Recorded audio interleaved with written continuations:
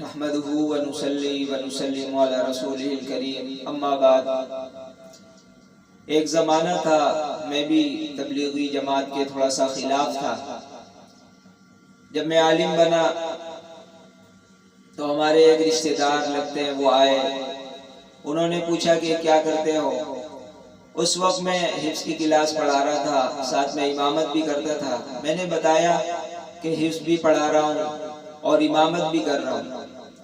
تو انہوں نے پوچھا کہ دین کا کام کب کرتے ہیں؟ تو مجھے بڑا غصہ آیا۔ میں نے کہا یہ کیا بے دینی کا کام ہے؟ کیا نماز پڑھانا دین نہیں ہے؟ کیا قرآن پڑھانا دین نہیں ہے؟ تو بہت زیادہ غصہ آ گیا اور انہوں نے سب جملہ کہا، یعنی میرے اعتبار سے اللہ تعالیٰ تمہیں ہدایت دے، یعنی جو ہے تمہیں سمجھ بوجھ بھی نہیں ہے۔ اسی طرح بہت سارے مدارس میں تبلیغی آپ جاتے ہیں، وہ تبصرہ کرتے ہوئے پوچھتے ہیں کہ یہاں دین کا کام نہیں ہو رہا، تو وہ لوگ بڑا غصہ ہو جاتے ہیں وہاں کے علماء کرام کہ یار پورے یہاں پر عالم کا کورس کروائے جا رہے ہیں، حافظ بنائے جا رہے ہیں، قرآن پاک پڑھائے جا رہے ہیں، تفسیر احادیث پڑھائی جا رہی ہے، دین کا کام کیسے نہیں ہو رہا؟ یہی تو دین ہے، درس قرآن ہو رہا ہے، درس حدیث ہے، یہ سب بھی دین ہے۔ تو بہرحال اس کا مفہوم اللہ کرے سب کو سمجھ میں آ جائے تو یہ ذہن سے الجھن دور ہو جائے گی۔ ایک جگہ فن و عقل میں میری تشکیل تھی، پیدل چلنے کی جماعت ہوتی ہے، تو وہاں پہنچے، ایک مسجد کے امام صاحب سے ملاقات ہوئی۔ ان کے میرے خیال میں 5-6 بیٹے تھے، تو بتانے لگے کہ ایک بیٹا فوج میں ہے، ایک بیٹا ڈاکٹر ہے، ایک بیٹا انجینئر ہے، اسی طرح ایک پروفیسر ہے، اور اس طرح 1-2 بیٹے کسی اور فیلڈ میں لگے ہوئے ہیں۔ تو مجھے بڑی حیرت ہوئی کہ ایک عالم اور یہ سب کچھ بتا رہے ہیں، اور بڑے فخر سے بتا رہے تھے۔ جب ہم عصر کے بعد گشت کے لیے نکلے تو دیکھا کہ ایک نوجوان تھا، داڑھی بالکل صاف تھی، تو کسی نے بتایا کہ یہ امام صاحب کا بیٹا ہے۔ یقین کریں اتنا دل دکھی ہوا، اتنا دکھ سے بھر گیا کہ ایک عالم ہے، اس کے 6-5 بیٹے ہیں اور ایک بیٹا بھی عالم نہیں بنا۔ اسی کو کہتے ہیں کہ دین کی محنت نہیں ہوئی ہے، یعنی جو ہے دین پڑھنے کے بعد بھی اگر دین کی اہمیت نہیں ہو، اپنے بچوں کو دین کی طرف راغب نہ کر سکیں اور اپنے بچوں کو حافظ اور عالم نہ بنا سکیں تو پھر آپ کے علم کا کیا فائدہ ہوگا؟ تو اس بنیاد پر کہتے ہیں کہ دین کا کام نہیں ہو رہا۔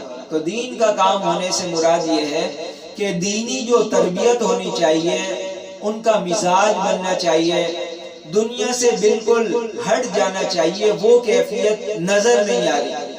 لہذا عالم بن جاتے ہیں، اس کے بعد جو ہے دکانداری میں لگ جاتے ہیں، کاروبار میں لگ جاتے ہیں اور ملازمت میں لگ جاتے ہیں، بہت سارے کاموں میں لگ جاتے ہیں، اور آہستہ آہستہ پھر وہ ایسے دین سے دور ہو جاتے ہیں کہ ہمارے ساتھ ایک تبلیغ میں عالم چل رہے تھے، تو انہوں نے بتایا کہ وہ بہت پرانے زمانے کے عالم بنے ہوئے تھے اور کہہ رہے ہیں کہ میں مچھلی کے کاروبار میں اتنا لگا کہ مجھے جو ہے سارا دین بھول گیا، اور کہتے ہیں یہ تو تبلیغ کی برکت ہے کہ مجھے کسی نے کہا کہ آپ جو ہے اجتماع میں چلے جائیں، میں اجتماع میں آیا، اجتماع میں کسی نے ترغیب دی کہ چلہ لگا لیں، مجھے واقعی مزہ آیا، میں نے چلہ لگایا تو وہ دین کی بنیاد تازہ ہوئی۔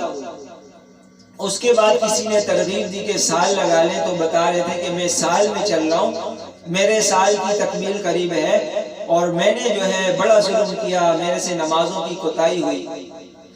ایک اور دفعہ باجوڑ ایجنسی میں تشکیل تھی، وہاں پر ہمارے ساتھ ایک عالم تھے، اور یقین کریں وہ اپنے آپ کو عالم بھی نہیں کہہ رہے تھے، تو اس کے دوست نے بتایا کہ یہ عالم ہے، لیکن میں نے 5-6 دفعہ پوچھا، بار بار پوچھا، ظاہر ہے پورے چلے کی تشکیل تھی، انہوں نے بتایا کہ نہیں میں عالم نہیں ہوں۔ بالآخر جب بہت زیادہ بے تکلفی ہوئی اور سب کچھ ہوا تو بتایا کہ 1992 یا 93 میں انہوں نے عالم کا کورس کیا، اور یہ 2017 یا 18 کی بات ہے۔ تو انہوں نے کہا کہ میں سب کچھ بھول گیا ہوں۔ یقین کریں قرآن کی آیت بھی صحیح سے نہیں پڑھ پاتے تھے اور اس کا ترجمہ کرنا بھی دشوار تھا۔ تو یہ جو کہا جا رہا ہے نا کہ مدرسے میں دین کا کام نہیں ہو رہا، دین کی محنت نہیں ہو رہی، اسی بنیاد پر کہا جاتا ہے کہ العلماء ورثۃ الانبیاء، علماء انبیاء کے وارث ہیں۔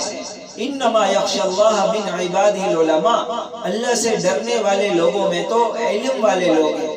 اسی طرح یرفع اللہ الذین آمنوا منکم والذین اوتوا العلم درجات، اللہ تعالیٰ نے تو اہل علم کو درجات کی بلندیاں نصیب فرمائی، اور اللہ تعالیٰ نے اپنی توحید کا گواہ بنایا کہ شہید اللہ انہ لا الہ الا ہو، اللہ اس بات کی گواہی دیتا ہے کہ اللہ ہی معبود ہے، والملائکہ، فرشتے بھی اس بات کے گواہ ہیں، وَأُولُو الْعِلْمِ، اور علم والے بھی اس بات کے گواہ ہیں کہ اللہ کی ذات ایک ہے، اللہ کی ذات معبود ہے، اللہ کے علاوہ کوئی کچھ نہیں۔ اب تبلیغ کی محنت کیا ہے؟ تبلیغ کی محنت کی برکت سے آپ دیکھیں گے کہ ایک ڈاکٹر ہوگا، ایک انجینئر ہوگا، اس کے بچے عالم بن گئے۔ آپ کو کتنے ڈاکٹر اور انجینئر ایسے ملیں گے جن کے 4 بچے ہوں گے، 4 بیٹے ہوں گے، چاروں کو حافظ بنا رہے ہیں۔ اسی طرح بیٹیاں ہیں، ان کو عالمہ کا کورس کروایا جائے۔ یہ کیوں ہے؟ ان کے اندر دین کی اہمیت پیدا ہوگا۔ اب وہ جو تبلیغ میں لگ کے یہ سمجھتے ہیں کہ ہے ہماری زندگی برباد ہو گئی، ہم نے دین کی قدر نہیں کی، تو ان کو پھر قدر آ جاتی ہے، لہذا وہ سوچتے ہیں ہم تو دین سے دور رہے لیکن ہمارے بچے جو ہے دین سے دور نہ رہیں، اس لیے ان کو عالم حافظ بناتے ہیں۔ تو یہ دین کی محنت سے یہ مراد ہے۔